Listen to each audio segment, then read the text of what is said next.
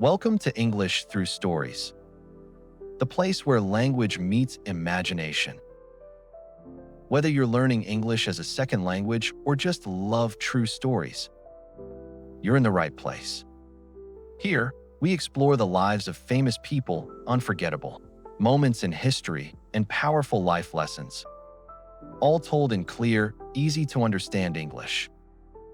This is English Through Stories.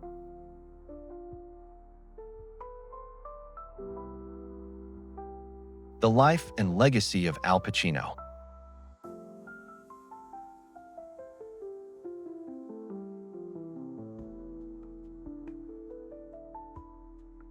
Early life and childhood, 1940 to 1955.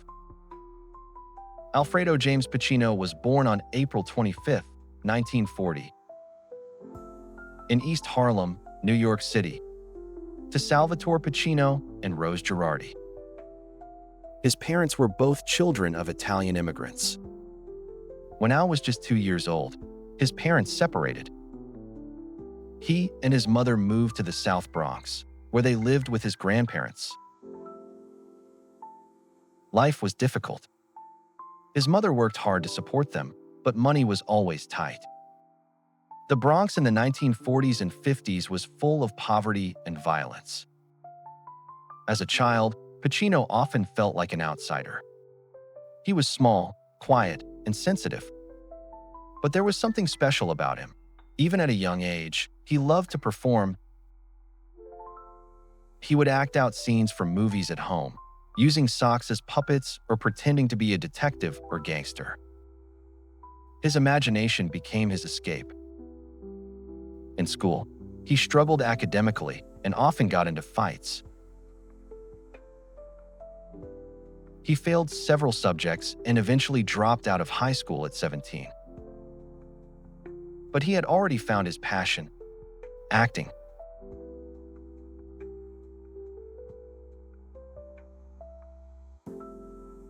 Finding his voice, training and rejection, 1956 to 1968.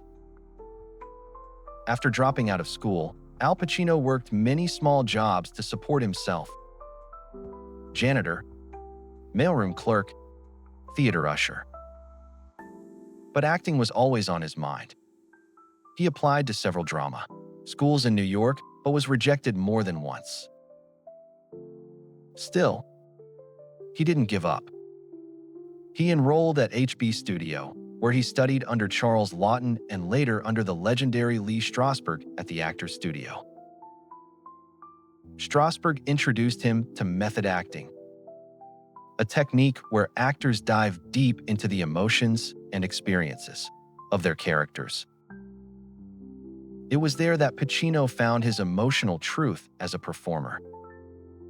He said, "It was like being reborn." Still, those early years were hard. Sometimes he didn't have enough money to eat. He slept on theater floors or in friends' apartments. But his dedication never faded. In 1968, he gained attention for a theater role in the Indian Wants the Bronx, which won him an Obie Award, an important recognition for off-Broadway actors. Slowly, Hollywood began to notice.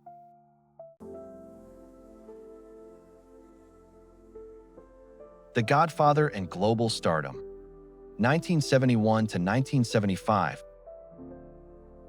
Pacino's film debut came in 1971 with The Panic in Needle Park, where he played a heroin addict. His performance was raw and powerful and caught the attention of Francis Ford Coppola, who was casting Michael Corleone in The Godfather, 1972. At first, the studio was against it. They wanted a bigger name, but Coppola fought for Pacino and won. The decision changed cinema history.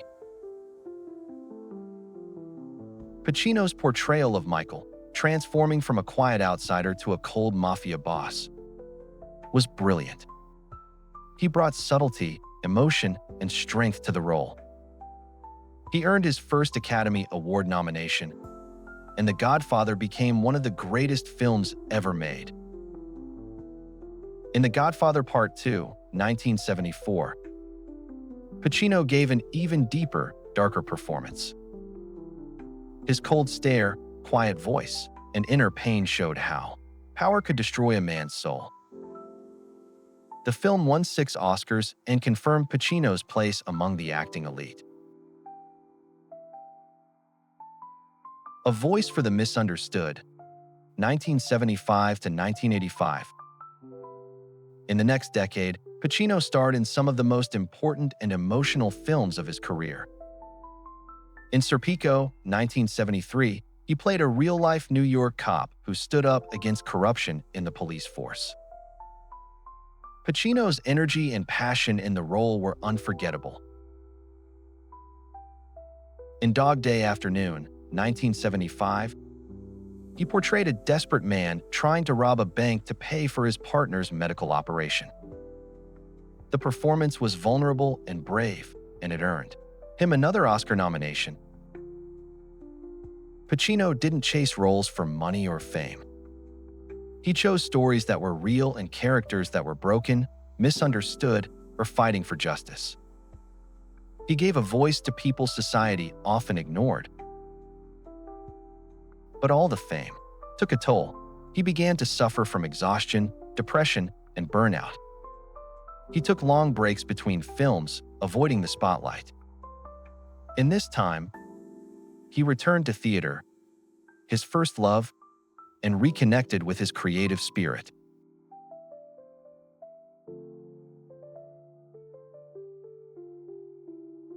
Scarface, cult fame, and new energy, 1983 to 1999. In 1983, Pacino took on one of his most famous roles, Tony Montana in Scarface. At first, critics hated the film. They said it was too violent, too loud, too unrealistic. But over time, it became a cult classic. Tony Montana's line, "Say hello to my little friend," became iconic. Say hello to my little friend!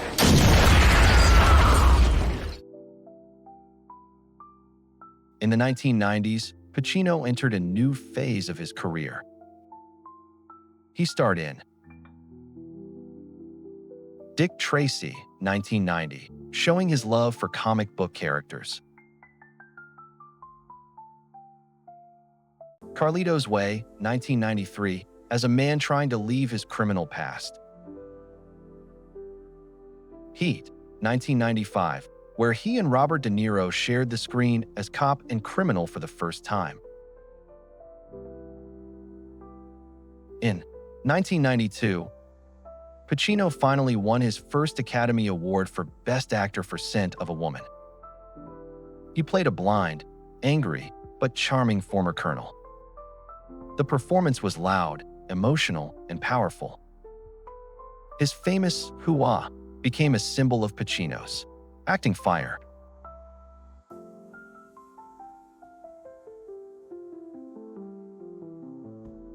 The mature years, television, streaming, and theater, 2000 to 2025. As the 2000s arrived, Pacino adapted to the changing world of entertainment. He embraced television and streaming platforms, new ways to reach audiences. He won an Emmy Award for Angels in America, 2003, and another for You Don't Know Jack, 2010, where he played controversial Dr. Jack Kevorkian. In 2019, he reunited with De Niro and Joe Pesci in The Irishman, directed by Martin Scorsese. The film explored aging, regret, and time, and Pacino's performance as Union leader Jimmy Hoffa was praised worldwide. In 2020, he starred in Hunters, an Amazon series about Nazi hunters in the 1970s. The role combined history, drama, and mystery, and showed Pacino still had the fire of a young actor. He also returned to the stage, performing Shakespeare and Chekhov, keeping his love for theater alive.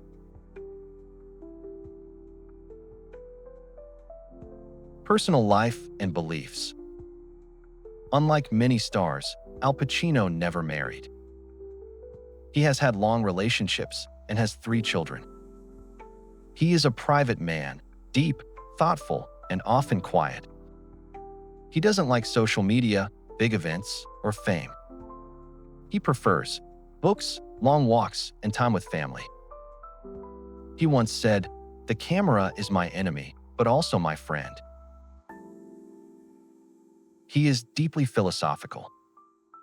He believes that acting is not about pretending, but about revealing, showing real emotion, real pain, and real joy. To him, acting is truth.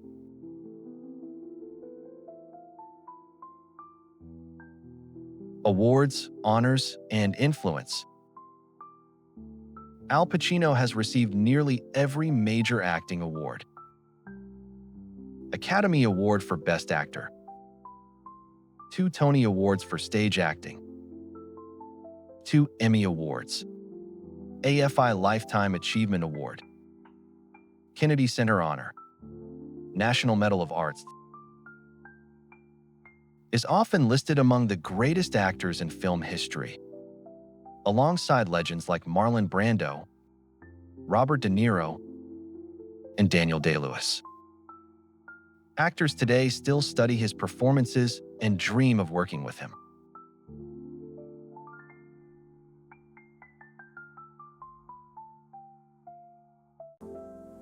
Legacy and final thoughts. Al Pacino's story is not just about acting. It's about courage, truth, and the power of art that he didn't take the easy path. He faced rejection, poverty, depression, and criticism. But he stayed true to his passion. He never sold out. He always gave everything to each role: body, voice, mind, and heart. From the streets of the Bronx to the world's greatest stages and screens, Al Pacino's journey inspires us to believe in our dreams, speak our truth, and never give up. He is not just an actor. He is a teacher, a fighter, and a legend.